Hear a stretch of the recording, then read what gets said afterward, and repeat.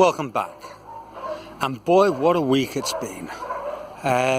Rita and I had our first dose of the coronavirus vaccine earlier this week, and to add an insult to injury, I also had a really bad gum infection because I haven't been able to see my dentist for 8 months, and it wasn't a pretty combination, and I felt quite under the weather, I must confess.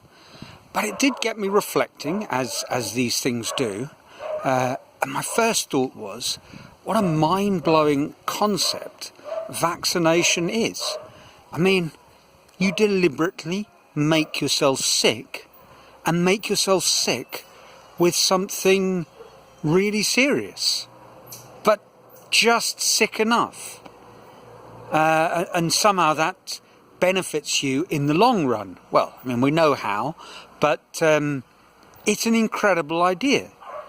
And it also seemed to tie in a little bit with a very commonly mentioned notion in Zen guitar, and also something that features in another book that kind of a cousin of Zen guitar that I've finished rereading this week, which is The Art of Learning by Josh Waitzken.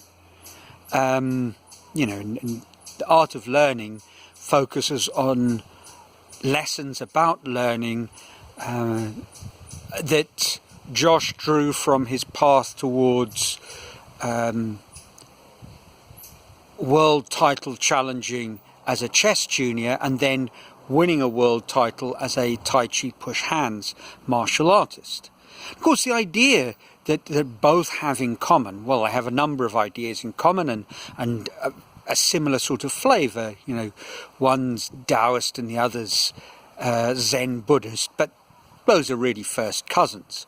And of course, the idea that they mention that is so central to both is the idea that the enemy is within. The only true competition you have is with yourself. And that makes a lot of sense if you're talking about playing guitar.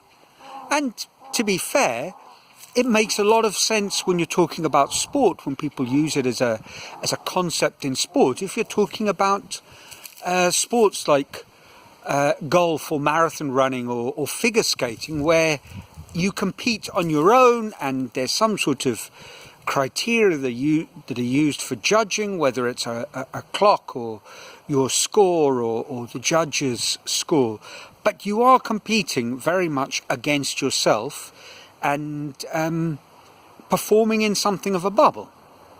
But how does that work when you move over to directly confrontational sports? I mean, not that you would see chess that way, but Josh tells a story where, one of his rivals as a junior in the States was a young lad who'd kick him under the table when he went into a deep think, and use all sorts of other methods of skullduggery. And when he moved into the realm of push hands competition, Tai Chi push hands, he'd come up with people in an event, and contact is restricted between shoulders and hips, and people would be poking you in the eyes and poking you in the neck and kneeing you in the balls and all the rest of it. Not very nice at all, but it's what you had to deal with. So at that point, competing just with yourself, the only enemy is yourself, seems a little less convincing, frankly, because you have an adversary who is up close and personal and trying to hurt you, whether mentally or physically. And so I've been thinking about that this week, and Josh makes it very clear what he means, and it's an interesting sort of concept, because essentially he emphasizes the problem in these cases of foul play is not what the person is doing to you, as illegal and bad as that might be, but it's how you are responding and reacting, and it's how it's making you behave. So really the problem is you. And when I started thinking about that at first, it seemed ridiculous to see how I could link that to sculpture. Not obvious at all. But it did jog my memory to a moment when, I fell victim in a similar sort of way, and it's a bit of an amusing story, so I thought I'd tell you. Now, it wasn't in the chess world. There were some unpleasant characters in South African junior chess, and later when I played in England, as there are in any activity or walk of life. Some people are nice and others, well, not so. But I never was kicked under the table. I'll be very honest. Probably the closest to something like that is old men who'd, when I began playing chess, who'd blow smoke at you to try and put you off. But I could deal with that. But playing football, now there was another story. And our football team mostly played friendly matches. But we did occasionally end up playing amongst our sort of pool of friendly opponents. Every now and then one of us would organise a sort of masters tournament, mini tournament, and they were a lot of fun. But what was interesting is who you'd end up playing with. I mean, you'd know the teams because you'd played them before. But something funny would happen when it became a competition, and my story is one such moment. The Markham Parents Teachers Association had organised an event, and we were going to play in it. We knew them because we sometimes trained, or we regularly trained at Markham College in Lima. And we'd got through to the semi-finals where we were playing the father's team, the PTA's team. And we got onto the field, we'd warmed up, and our captain, who knew a lot about Peruvian football, Andy Sino, said to us, look, we've got a problem on our hands. That chap over there, and we looked at him, and we didn't recognise him. Well, that's Pato Cabanillas. Pato the duck. Cabanillas, maybe it was how he ran, I can't remember. But at any rate, and this game would have been around about 2000, so he was about 36 or 37, a current member at the time of the Peruvian beach football team, and someone who'd played for a number of the major clubs, who'd played in the Copa Libertadores, and who'd represented Peru 6 times. And he was a dynamic midfielder, so he was going to be someone, and at some point I knew I'd end up having to mark. And when he stepped onto the field, another thing became obvious. Sometimes in these Masters tournaments, we played teams that had, guys that had played in the Peruvian national side at the World Cup. And we knew, there's no point trying to tackle them or do anything, because they were just far too good.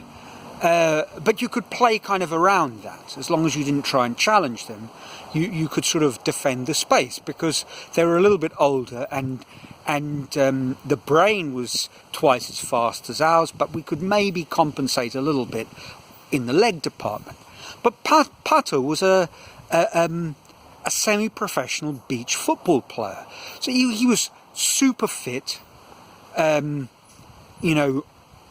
Navy SEAL hard. He was a tough guy in peak athletic form, and there he was bearing down on me in the first half. And I went in for one of my trademark sort of slide tackles, and of course his feet were just too fast, and the ball had long disappeared, but his ankle hadn't. He went flying, he reached into his bag of tricks to roll around theatrically. The referee reached into his pocket bag of tricks to show me a yellow card, and that was that. We get to the second half, it's 1 apiece, we're doing very well, and he begins looking for an edge to throw in, kind of not too threatening a position, and I feel a sharp pain on my foot. He stamped on it. Now, I didn't react, if truth be told, but the next time I had to tackle, the equilibrium had gone. I went in far too hard, far too clumsily, another silly challenge, another yellow card, and I got my marching orders. Now, as it happens, the day ended well. We won the match, even with 10 against 11, a brave performance. And although I'd been dismissed, I got to tell a story. I mean, how many people got sent off because they violently fouled an international footballer? So, it's not exactly a claim to fame, but it is a story to tell. So that has everything to do, for me, with the strategies that Josh Waitzken talks about in The Art of Learning. The Art of Learning looks at two kinds of learning. The one is learning techniques and learning the thing itself, and the other is mastering yourself, and so learning psychology. And so there's a lot that it has to offer in terms of dealing with situations like that. But it struck me this week that actually it was a sort of eureka moment, because that's really the point, that I have to start viewing not sculpture as my opposition, because, that's ridiculous. But I have to genuinely view myself as my opposition. It really is me. And I've thought of this metaphorically, but never in such blunt terms. I am, not my own worst enemy metaphorically when I was playing games. We are our own worst enemies. And what we need to start doing, if we're doing an activity like sculpture or dare I say it, cooking or parenting or anything else, where there isn't an obvious adversary, is we have to start looking at how we trip ourselves up. Start viewing that in the same way that, with the same analysis that we would an opposition in a sporting confrontation. We will have our telltale signs that we're about to try and